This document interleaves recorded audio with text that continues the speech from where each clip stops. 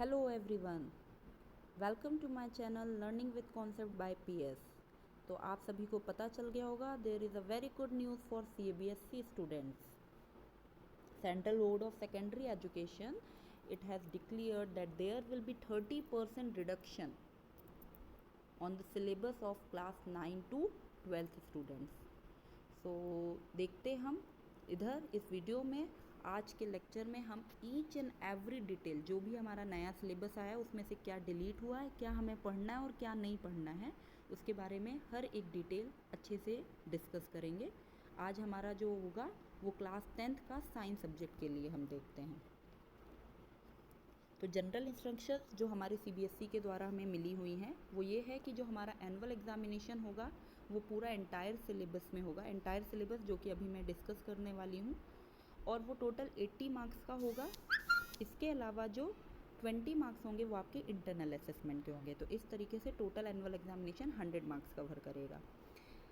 समझिए internal assessment के जो 20 मार्क्स हैं वो आपको किस तरीके से दिए जाएंगे। 5 मार्क्स जो आपका जो पीरियोडिक बीच बीच में टेस्ट होते हैं, तो टोटल 3 टेस्ट लिए जाएंगे जिसमें से average of best 2 will be regarded for the will be counted. हाँ, आपने 3 टेस्ट देंगे, 3 में से कोई भी 2 जो कि आपके बेस्ट होंगे, जिनमें आपकी परफॉर्मेंस बेस्ट होगी, उन 2 टेस्ट को लिया जाएगा और उसका एवरेज जितना भी आएगा आउट ऑफ 5 आपको नंबरिंग की जाएगी। और ये जो नंबर है वो डायरेक्ट आपके एनुअल एग्जामिनेशन के इंटरनल असेसमेंट वाले पार्ट में ऐड हो जाएंगे।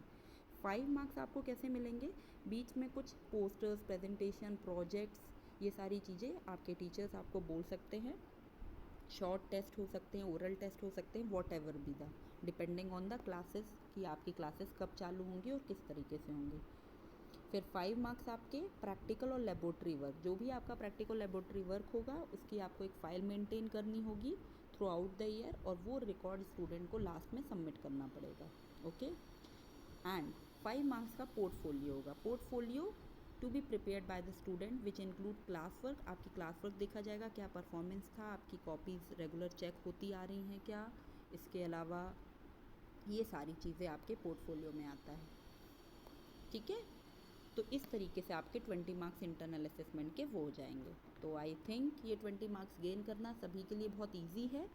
हम आते हैं कि हमारे 80 मार्क्स हम को कैसे ईजी बनाना है, इसमें डिस्कशन करते हैं। देखिए हमारा 80 मार्क्स जो है वो 26 मार्क्स का तो जो हमारा आएगा chemical substance nature and behaviour यानी केमिस्ट्री आएगी। आपके 3 पार्ट में डिवाइड होता है science, chemistry, biology and physics, जिसमें से 26 मार्क्स का आपका केमिस्ट्री आएगा। ओके, क्या आएगा आपका केमिस्ट्री सब्जेक्ट कवर करेगा। दूसरा है हमारा 23 सब्जेक्ट वर्ल्ड ऑफ लिविंग यानी कि हमारा बायोलॉजी कवर करेगा।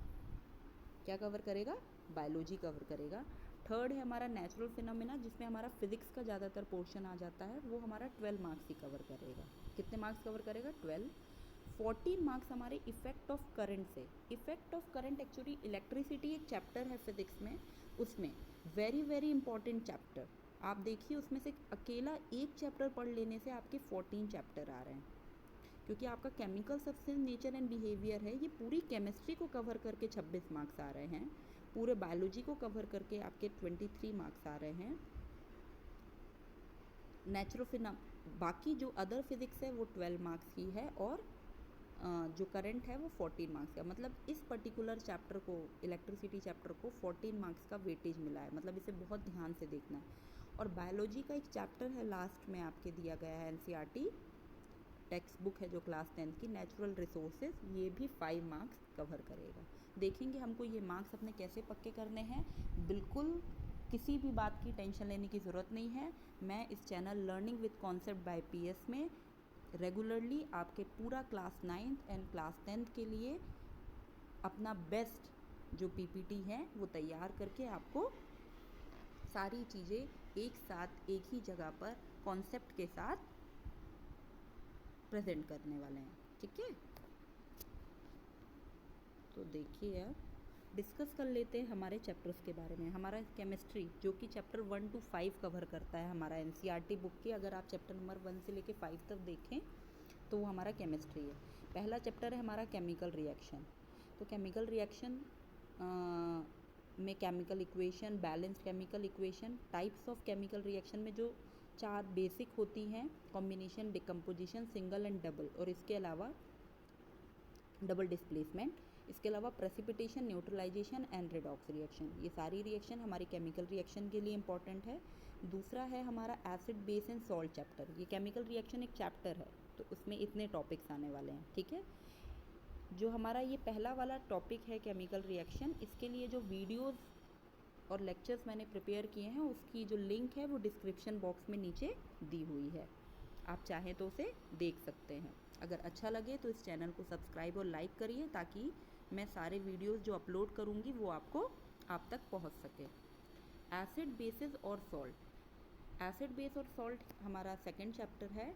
इसमें एसिड बेस और सॉल्ट की एच और OH के टर्म्स में डेफिनेशन, इनकी जनरल प्रॉपर्टीज़ एसिड बेस की, जिसमें फिजिकल और केमिकल दोनों प्रॉपर्टीज़ आ जाएगी। पीएच स्केल का जो कॉन्सेप्ट है वो, अच्छा, लॉगरिथम के अकॉर्डिंग पीएच की क्या डेफिनेशन होती है वो अपन को नहीं पढ़ना है, बट पीएच का जो जनरल कॉन्सेप्ट होता है वो हमें पता होना चाहिए।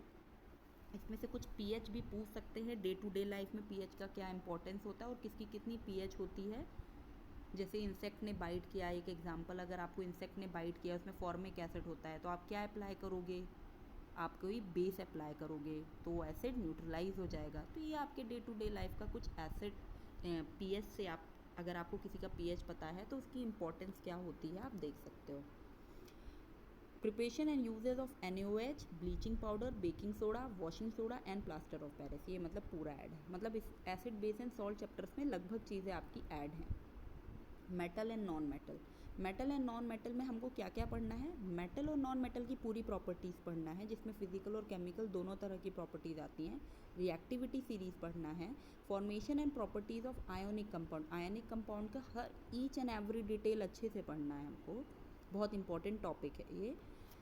बट इस चैप्टर में आपकी जो बेसिक मेटलर्जिकल प्रोसेस है, इस चैप्टर के लास्ट में दिया एक्सट्रैक्शन ऑफ मेटल, मेटल को कैसे आप एक्सट्रैक्ट करते हो, जैसे रिफाइनिंग प्रोसेस है ना, कैल्सिनेशन प्रोसेस है, क्लोरीनेशन है, तो इस तरीके से जो प्रोसेस है ये आपको नहीं पढ़ना है। बहुत अच्छे से देखिए, मैंने रेड कलर से मेंशन किया हुआ डिलीटेड टॉपिक्स, इन टॉपिक्स को आपको नहीं पढ़ना है। ये आपके लिए बहुत अच्छी बात है कि CBSE ने आपका सिलेबस रिड्यूस किया है। आप घर में ही रह के बहुत अच्छे से, अगर learning with concept bye PS में जो वीडियोस आप डल रहे हैं उन वीडियोस को भी देख के आप अपने 10th क्लास में बहुत अच्छे मार्क्स स्कोर कर सकते हैं, ठीक है। I assure you to give you the best and with concept lectures. देखिए सेकंड हमारा कोरोजन एंड इट्स प्रिवेंशन, ये भी एक टॉपिक है हमारा NCERT में चैप्टर 3 में, ये भी आपको नहीं पढ़ना है। रेड कलर से जो भी लिखा हुआ है वो डिलीटेड पोर्शन है, ये आपको नहीं पढ़ना है, ठीक है। कार्बन कंपाउंड, बहुत थोड़ा बच्चों को ये कार्बन वाला जो चैप्टर था कार्बन कंपाउंड्स, ये काफ़ी कॉन्सेप्चुअल है। अगर एग्ज़ाम पॉइंट ऑफ व्यू से देखिए, जैसे नीट एग्ज़ाम, कॉम्पिटिटिव एग्ज़ाम जो होती हैं, नीट हो गई और भी कई सारी जो एग्ज़ाम्स होती हैं, उनके अगर कंसर्न में देखें तो ये चैप्टर बहुत इंपॉर्टेंट है। बट इस बार NCERT में ये चैप्टर एक्सक्लूड कर दिया गया है, हटा दिया गया है। केवल उसके कुछ बहुत ही कम इम्पॉर्टेंट टॉपिक, जैसे कि covalent bonding in carbon compound, covalent bonding क्या होती है, और कार्बन का वर्सेटाइल नेचर, और साथ में होमोलोगस सीरीज़, केवल ये 3 टॉपिक ही आपको डिटेल में पढ़ना है। और बाकी सारे टॉपिक जैसे nomenclature, difference, chemical properties, ethanol, ethanoic acid, soaps and detergent, ये सारी चीज़ें आपको डिलीट है, ये आपको नहीं पढ़ना है। ध्यान से देखिए, डिलीटेड टॉपिक में जो इथेनॉल, इथेनोइक एसिड है, इसकी जो रिएक्शंस हैं वो आपको पढ़ना है, इसकी प्रॉपर्टीज़ और इसका यूजेस नहीं पढ़ना है। ध्यान से लिख लीजिए इसको, इथेनॉल, इथेनोइक एसिड की केमिकल रिएक्शंस जो हैं वो, उसमें से कुछ ऑब्जेक्टिव टाइप क्वेश्चन बन सकते हैं, बट प्रॉपर्टीज़ और यूजेस हमें नहीं पढ़ना है। सोप्स एंड डिटर्जेंट भी डिलीटेड है, हमें नहीं पढ़ना है। पीरियोडिक क्लासिफिकेशन ऑफ एलिमेंट हमें पूरा कवर करना है, इसमें से कुछ भी डिलीट नहीं हुआ है, ओके। अब हम देखते हैं हमारे चैप्टर 6 to 9 जो कि बायोलॉजी के अंडर में आते हैं। जिसमें पहला प्रोसेस है हमारा, पहला चैप्टर है लाइफ प्रोसेस। वहाँ अगर हमारे कितने 5 चैप्टर थे, तो ये चैप्टर नंबर 6 है लाइफ प्रोसेस। लाइफ प्रोसेस पूरा कंप्लीट करना है, ये हमको पूरा डिटेल में पढ़ना है। बहुत इम्पोर्टेंट वो है, जिसमें न्यूट्रिशन, रेस्पिरेशन, ट्रांसपोर्ट, एक्सक्रीशन, ये 4 मेन प्रोसेस है जिसको अच्छे से समझना है, जिसकी वर्किंग समझना है, स्टेप भी समझना है। और इसके बाद जो हमारा 7 चैप्टर है कंट्रोल एंड कोऑर्डिनेशन, जो हमारे नर्वस सिस्टम को इंक्लूड करता है, ये चैप्टर डिलीट कर दिया गया है इस बार। मतलब यही चैप्टर जो थोड़ा डिफ़िकल्ट था, ये आप बिना बहुत टाइम टेकिंग चैप्टर था, ये डिलीट कर दिया है, तो ये आपके लिए बहुत गुड न्यूज़ है। रिप्रोडक्शन चैप्टर ये आपको ऐड किया गया है, जिसमें केवल एसेक्सुअल और इन एनिमल्स एंड प्लांट की asexual and sexual reproductive health need and methods of family planning ही केवल इसमें डिटेल में पढ़ना है, ठीक है।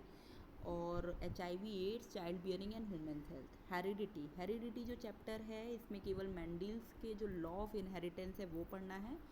सेक्स डिटर्मिनेशन का ब्रीफ इंट्रोडक्शन पढ़ना है, बट इसमें जो इवोल्यूशन के बारे में जो भी दिया गया है कॉन्सेप्ट, वो आपको डिलीटेड है, इसलिए आपको नहीं पढ़ना है। Basic concept of evolution heredity chapter में है, चैप्टर नंबर 9 में है, ये आपको नहीं पढ़ना है, डिलीट कर दिया गया है।